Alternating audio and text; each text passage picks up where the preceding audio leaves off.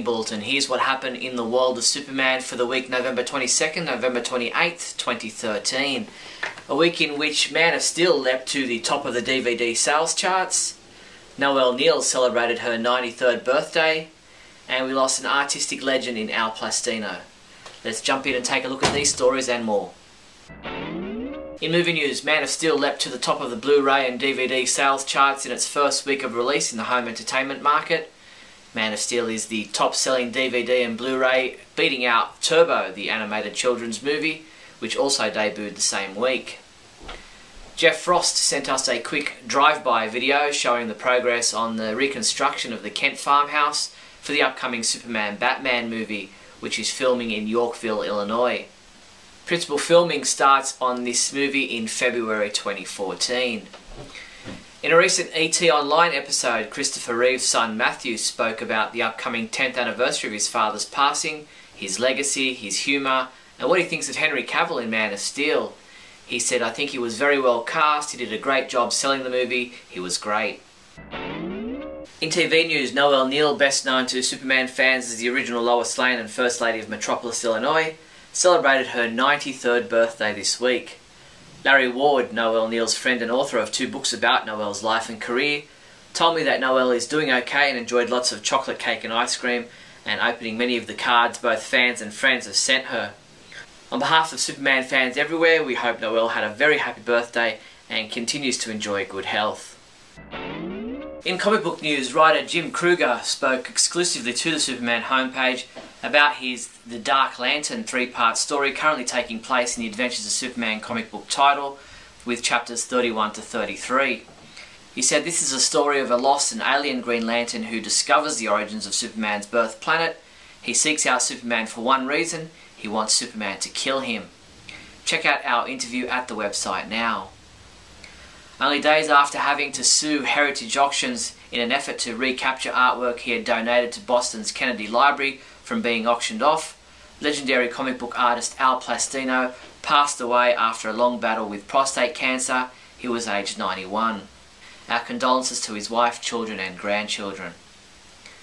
An original comic book cover art by Kurt Swan for the cover of Action Comics 309, showing the Man of Steel with the Superman family of characters and shaking hands with John F. Kennedy disguised as Clark Kent, exceeded expectations and sold for $112,000 at auction.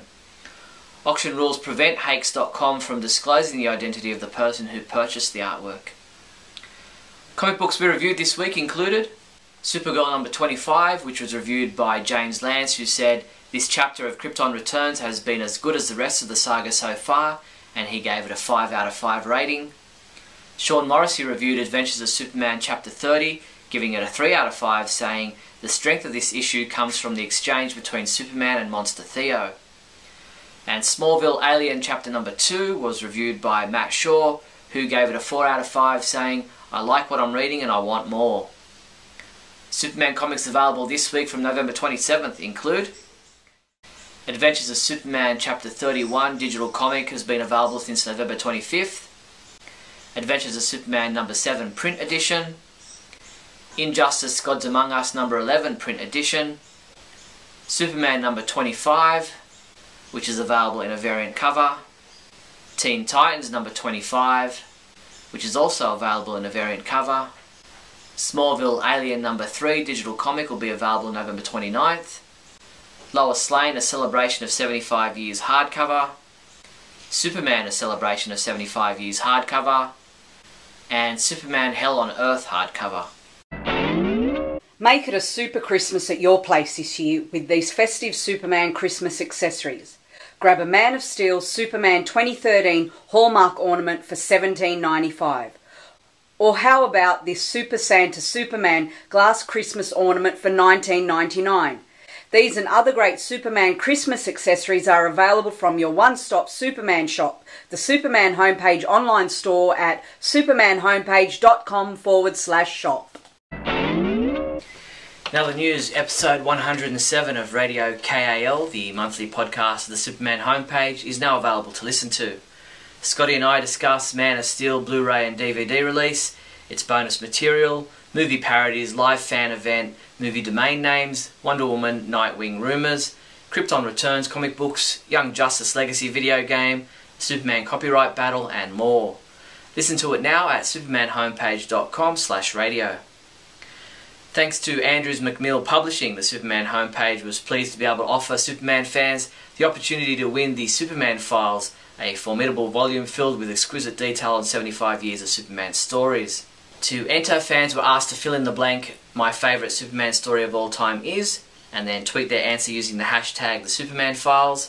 From the many entries we received, the winner was Dave Tyrrell, whose favourite Superman story of all time is All-Star Superman. Finally, with Thanksgiving being celebrated in the USA this week, I thought I'd highlight Superman's history with Macy's Thanksgiving Day Parade on the website. Check it out now to see videos and photos of the Superman balloons from 1939 through to the mid-1980s. That's all the news there was for the week November 22nd, November 28th. Don't forget to subscribe to our YouTube channel. I'm Steve Younis from supermanhomepage.com. Great Scott! Great Scott! Great Scott!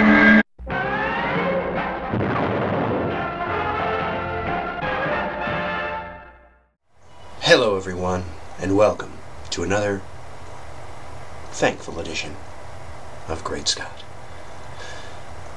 As I'm recording this, it is Thanksgiving. The Thanksgiving Day Parade is on in the other room. My children and my wife are watching as another year goes by without a Superman balloon in the parade. I'm thankful for this because who would want something like that? Who would want a reference to Superman in what's likely America's most famous and popular parade? I mean, really? Really? Who would want that? For those of you who are not celebrating Thanksgiving in the country you live in, or don't quite understand why Americans do celebrate Thanksgiving, let me give you a few reasons why I myself am thankful. I'm thankful for awesome Superman video games like Shadow of Apocalypse. And since the Shadow of Apocalypse, we've had exactly 13,975 awesome Superman video games. And I'm thankful that it's obvious that this is going to continue long into the future, as the current Superman video game is topping the sales charts and is for release on PS4 and Xbox One, and it has the best graphics of any video game ever released. And when you play it, you can actually fly and lift cars above your head. I'm thankful for this. I'm thankful that every Superman video ever made has had the highest quality and has been of the greatest dramatic impact to the world.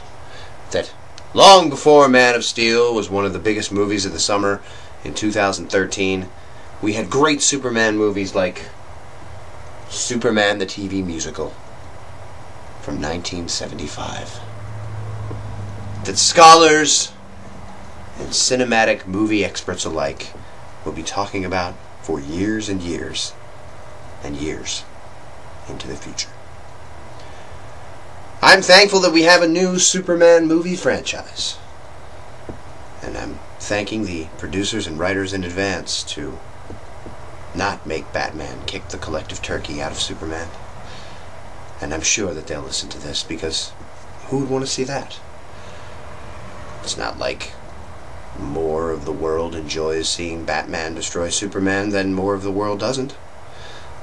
So I thank you in advance for not doing something along those lines. And how thankful will all of us be if all of this is just a big, cruel joke and Batman isn't going to be in the new Man of Steel sequel, not sequel.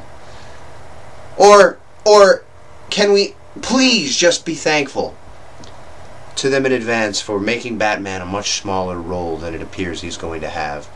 For when you look at the internet these days, or you read comic book news sites, it certainly seems like everything about the new Man of Steel movie has much more to do with Batman, who his supporting cast will be, and what he's going to be up to, love interests and such, than it does seem to have anything to do with our boy in blue.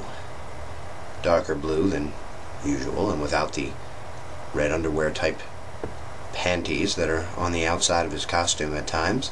But still, our boy. Let's be thankful. Thankful in advance that they won't make Batman larger than Superman in this Superman sequel. Shall we? I'm also thankful for awesome action figures like this one from Justice League, where I can find no explanation anywhere as to why Superman's suit is black. I watched every episode of the Justice League and never saw his costume as black at any point.